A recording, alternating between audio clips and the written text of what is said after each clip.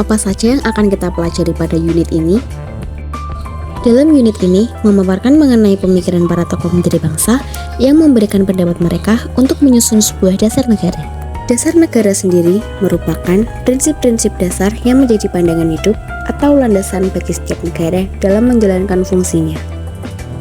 Sidang BPUPKI dilaksanakan selama 2 kali untuk membahas dasar negara. Banyak tokoh yang mengemukakan pendapatnya melalui pidato pada sidang BPUPKI yang pertama. Banyak sekali golongan yang berpendapat baik itu dari satu organisasi maupun dari luar organisasi. Perbedaan bukan berarti mereka tidak bisa menyatukan semuanya. Dari perbedaan itu, ternyata mereka semua tetap memiliki cita-cita atau tujuan yang sama, yaitu kemerdekaan, persatuan, dan kejayaan Indonesia. Cita luhur, yaitu membentuk kemakmuran bersama di Asia Timur Raya dengan jalan membinasakan kekuatan musuh kita bersama, Amerika Inggris. Dalam sidang Cowo Sangin yang ke-6 telah diterima dengan suara bulat mosi untuk memperkuat Timur Raya. Mosi tersebut adalah petunjuk bagi kita, bangsa Indonesia. Apakah yang harus kita lakukan pada masa sekarang? Bangsa di Asia Timur Raya dalam peperangan sekarang ini seperjuangan. Berikut usulan yang dikemukakan oleh beberapa pendiri bangsa. Yang pertama ada Insinyur Soekarno. Di sini, Insinyur Soekarno mengemukakan usulannya yaitu yang dinamai Pancasila. Yang pertama, kebangsaan Indonesia. Yang kedua, internasionalisme atau peri kemanusiaan. Yang ketiga, mufakat atau demokrasi. Yang keempat, kesejahteraan sosial. Yang kelima, ketuhanan. Kebangsaan Indonesia memiliki arti luas atau national state. Soekarno sendiri menjelaskan bahwa Indonesia bukan sekedar dari satu golongan yang memiliki satu tujuan yang sama. Mereka semua harus menjadi satu kesatuan yang utuh, yaitu kebangsaan Indonesia. Dan kebangsaan Indonesia jangan sampai terjebak dalam chauvinisme yang merendahkan golongan lain demi menjadi golongan tertinggi. Yang kedua ada internasionalisme atau kemanusiaan. Berakar pada nasionalisme, dasar pertama harus bergandengan dengan dasar kedua atau yang disebut dengan internasionalisme. Internasionalisme di sini tidak bermakna kosmopolitanisme, sebuah paham yang menganggap bahwa seluruh manusia adalah satu komunitas tunggal yang memiliki moralitas yang sama. Mufakat atau demokrasi. Dasar yang ketiga inilah menurut Soekarno menjadi tempat terbaik untuk memelihara agama Islam. Jika ada yang belum memuaskan, permusyawaratan inilah yang harus dilakukan. Soekarno memberikan tanggapan terhadap perdebatan keras di antara anggota BPUPKI tentang apakah Indonesia akan berdasarkan Islam atau tidak. Kesejahteraan sosial. Kesejahteraan sosial di sini, menurut Soekarno, tidak akan ada kemiskinan di dalam Indonesia merdeka. Prinsip ini dikaitkan dengan prinsip ketiga. Nah, maksud dari prinsip kelima di sini yakni hormat menghormati satu sama lain. Soekarno pun menyinggung Nabi Muhammad dan Nabi Isa, memberikan bukti yang cukup tentang menghormati. Karena itulah ketuhanan yang berkebudayaan di sini dimaknai sebagai ketuhanan yang berbudi pekerti. Kelima usulan yang disebutkan oleh Soekarno tadi, ia beri nama Pancasila.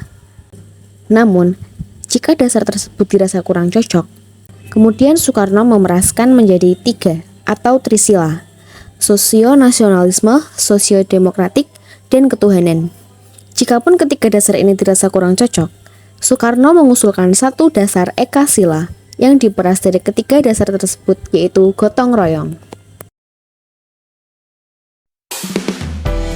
Pada sidang BPUPKI yang pertama, Muhammad Yamin mencetuskan 5 usulannya, yaitu diantaranya 1. Peri kebangsaan, 2. Peri kemanusiaan, 3. Peri ketuhanan, 4.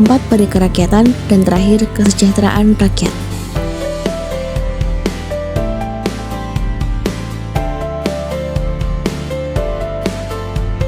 Menurut Yamin, ada 3 hal yang harus dilakukan terkait dengan kebangsaan Indonesia yang berkeinginan untuk merdeka. 1. Mengenai pekerjaan anggota untuk mengumpulkan segala bahan-bahan untuk pembentukan negara. 2. Mengenai Undang-Undang Dasar Negara. Dan yang terakhir, usaha yang harus dilakukan untuk menjadikan Indonesia merdeka sesuai dengan keinginan rakyat. Alasan dari Muhammad Yamin mengemukakan poin ini yaitu Tujuan Indonesia merdeka sudah sama artinya dengan dasar kemanusiaan yang berupa dasar kedaulatan rakyat atau kedaulatan negara. Kedaulatan rakyat Indonesia dan Indonesia merdeka berdasarkan peri kemanusiaan yang universal berisikan tentang humanisme dan internasionalisme bagi segala bangsa. Dasar peri kemanusiaan adalah dasar hukum internasional dan peraturan kesusilaan sebagai bangsa dan negara yang merdeka. Bangsa Indonesia merdeka adalah bangsa yang berkeadaban luhur dan peradabannya memiliki ketuhanan yang Maha Esa. Maka Tuhan akan melindungi negara Indonesia merdeka itu. Peri kerakyatan ini memiliki anak poin, yaitu permusyawaratan, perwakilan, dan kebijakan terhadap anak poin tersebut. Muhammad Yamin banyak merujuk kepada kitab suci umat Islam, yaitu Al-Quran. Perubahan besar yang terjadi dalam diri bangsa Indonesia berhubungan langsung dengan dilantiknya negara baru. Di sini, Supomo mengusulkan 5 usulan, yaitu 1. Persatuan, 2. Kekeluargaan, 3. Keseimbangan lahir dan batin, 4. Musyawarah, dan 5. Keadilan rakyat. Berikut alasan Supomo mencetuskan 5 usulan itu.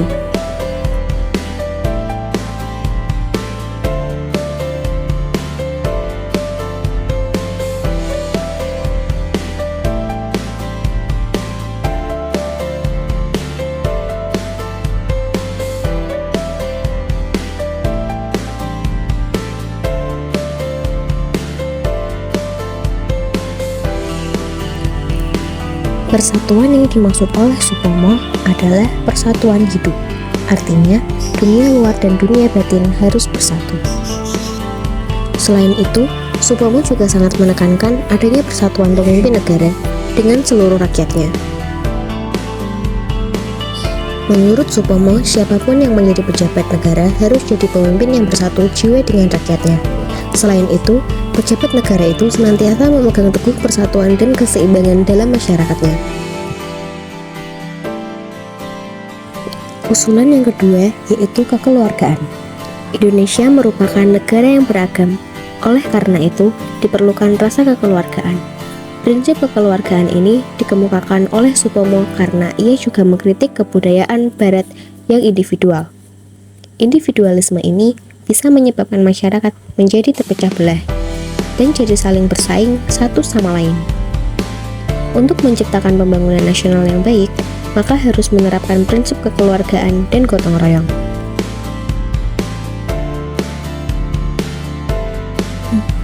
Keseimbangan lahir dan batin.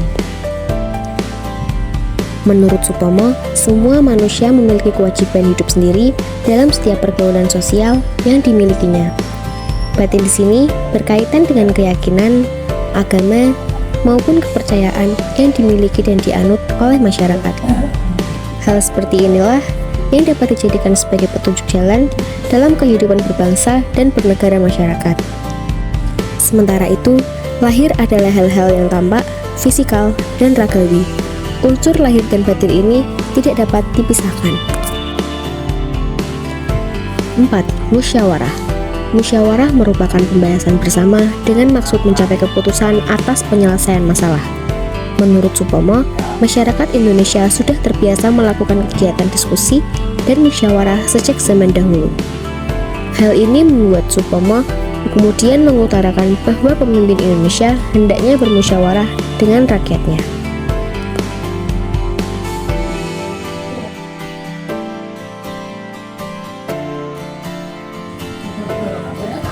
Kelima, keadilan rakyat. Setiap pemimpin di semua tingkatan harus bertindak sesuai dengan prinsip keadilan dan cita-cita rakyatnya. Begitu menurut Supomo, apabila semua keadilan bisa tercapai bagi seluruh masyarakat tanpa terkecuali. Jika keadilan terus ditegakkan di Indonesia, maka masyarakat akan merasa aman dan nyaman tinggal di Indonesia. Hidup semati dengan Dainepon, serta berkorban seikhlas-ikhlasnya oleh karena peperangan sekarang ini membela keadilan dan kebenaran. 2. Kita mendirikan negara Indonesia yang merdeka, bersatu, berdaulat, adil, dan makmur, yang tetap menghargai budi jasa Dainepon dan hidup sebagai anggota yang sejati dalam lingkungan keluarga Asia Timur Raya. 3. kita berusaha dengan sesungguh-sungguhnya menuju keluhuran yang mulia dengan jalan memelihara dan mempertinggi peradaban dan kebudayaan sendiri, menyuburkan kebudayaan Asia, meresapkan kebudayaan dunia. 4. Kita dengan persaudaraan yang teguh dan kokoh antara bangsa-bangsa di Asia Timur Raya berbakti seikhlas-ikhlasnya kepada negara dan bangsa dengan keimanan yang tidak bergoncang serta senantiasa bertakwa kepada Tuhan Yang Maha Esa. 5. Kita dengan paduan hasrat yang menyala-nyala berjuang menuju ke arah perdamaian dunia yang kekal abadi, bersendikan kekeluargaan seluruh manusia di dunia menurut dasar Hasko IQ. Jakarta, 17 November 2604, Cuwo Sang Is.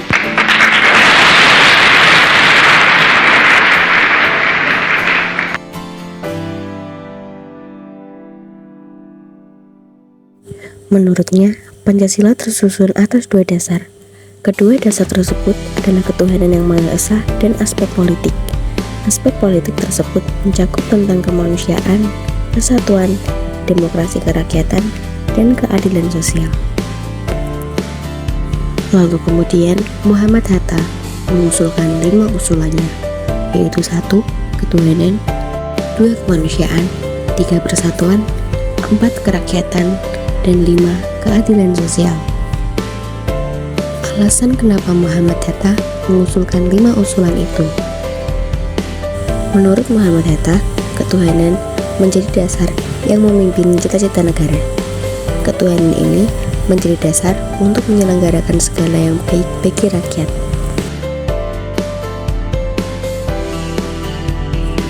Kemanusiaan menegaskan pentingnya perbuatan baik dalam penyelenggaraan pemerintah, sehingga mampu menjunjung tinggi nilai-nilai kemanusiaan. Persatuan Indonesia mencerminkan sifat negara Indonesia sebagai negara nasional yang utuh. Indonesia tak terbagi-bagi dalam ideologi, golongan, dan kelompok tertentu.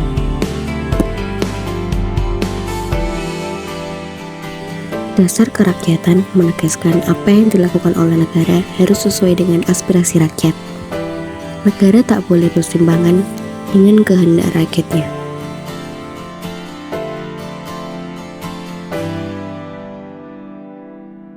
Dasar keadilan sosial adalah pedoman dan tujuan bagi adanya Indonesia. Itulah gagasan yang dimiliki oleh Muhammad Hatta tentang dasar negara Indonesia, Pancasila.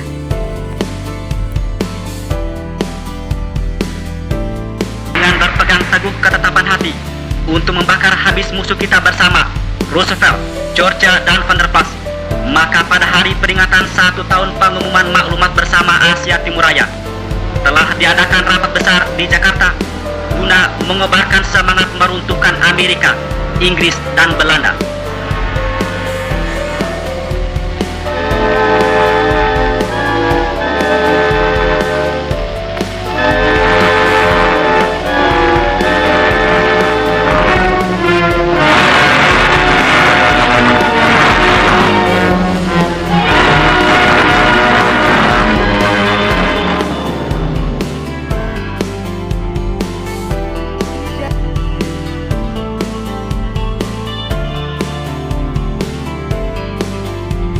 Demikian usulan-usulan dari tokoh pendiri bangsa. Sangat mudah dipahami bukan? Setelah ini kita akan lanjut ke bab berikutnya.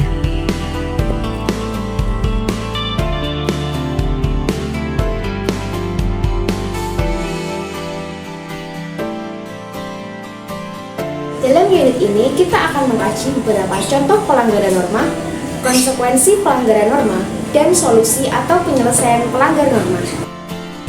Sebelum itu, mari kita ingat kembali apa sih norma itu. Norma adalah aturan maupun ketentuan yang sifatnya mengikat suatu kelompok orang di dalam masyarakat. Norma sendiri terbagi menjadi 4 golongan, yaitu 1. Norma kesusilaan. Norma kesusilaan sendiri adalah aturan atau pedoman hidup yang didasarkan pada suara hati nurani manusia. Berikut contoh kasus norma kesusilaan. misteri motif ulah Samuel hingga viral aksi asusila di Bandung. Kasus di samping adalah contoh kasus melanggar norma susila. Pelaku diduga melakukan penganiayaan, yaitu dengan mengancam dan melukai korban. Dampak yang akan kita dapatkan ketika melanggar norma susila adalah mendapat sanksi pengucilan, baik secara fisik, dipenjara, atau diusir. Secara psikis, dijauhi, penyesalan, rasa malu, dan kegelisahan. Dari kasus tersebut, pelaku terancam dijerat pasal berlapis, yaitu pasal 351 ayat 1 KUHP serta pasal 335 KUHP. Ancaman hukumannya 2 tahun 8 bulan dan 1 tahun kurungan penjara. Yang kedua adalah norma kesopanan. Norma kesopanan adalah aturan atau pedoman hidup yang bersumber dari pola pergaulan di masyarakat dan selalu mengedepankan asas kepantasan, kepatutan, dan kebiasaan yang seharusnya berlaku dalam kehidupan masyarakat. Dalam kasus ini, terduga salah seorang turis berfoto mengenakan pakaian tidak pantas sampai memanjat dinding pura. Aturan yang lebih tegas diharapkan mampu mendisiplinkan turis, sekaligus melestarikan nilai-nilai norma masyarakat Bali yang mayoritas pemeluk agama Hindu. Dalam aturan baru nanti, pelaku pelanggaran norma bakal dikenakan sanksi adat sehingga memberi efek jera.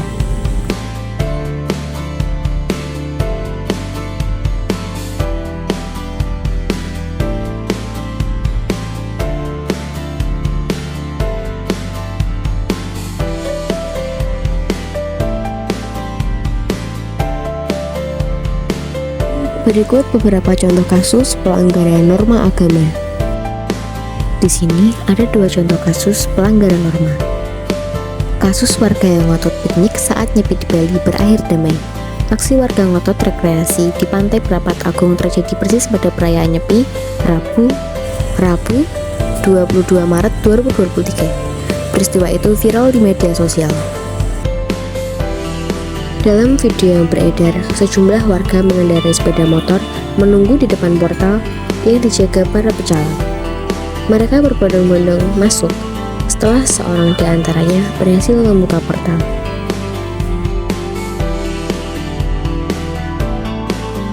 Selesai kejadian, 2 orang yang diduga dalam insiden itu diamankan.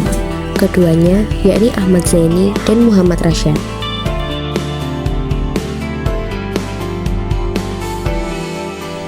Mereka kemudian meminta maaf pada Kamis 23 Maret 2023 di hadapan Forum Kerukunan Umat Beragama atau FKUB Kabupaten Buleleng, Camat Garograg, Kapolsek Garograg, Perpekel Desa Sumber Kelapok, Kelian Desa Adat Sumber Kelampok, Kesbangpol Kabupaten Buleleng, dan sejumlah perwakilan pecalang.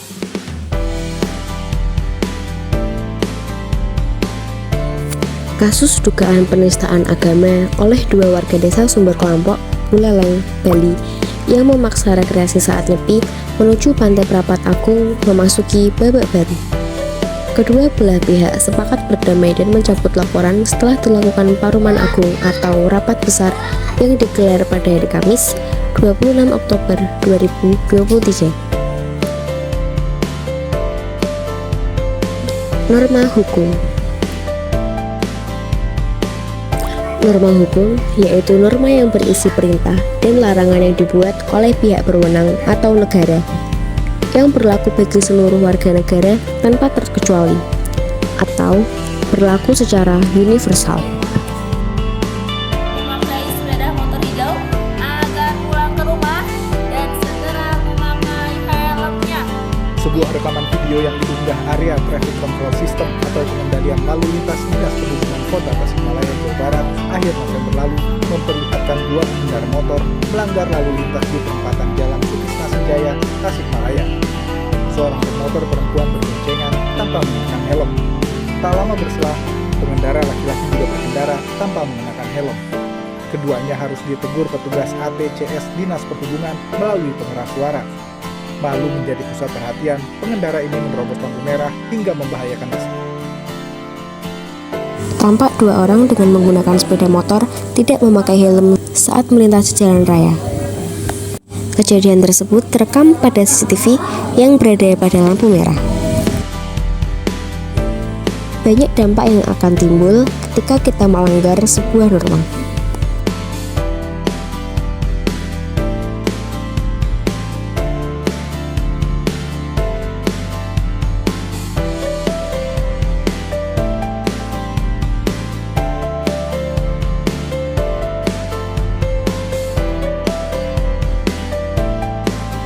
Norma sosial.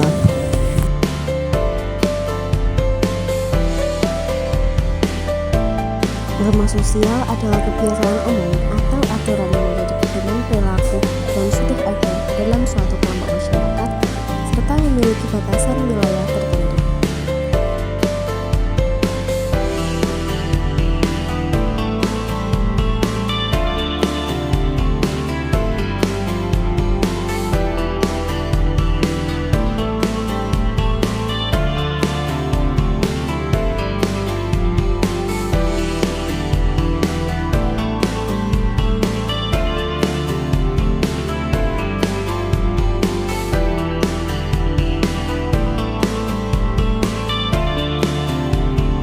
Dampak yang akan kita dapatkan ketika kita melanggar norma sosial adalah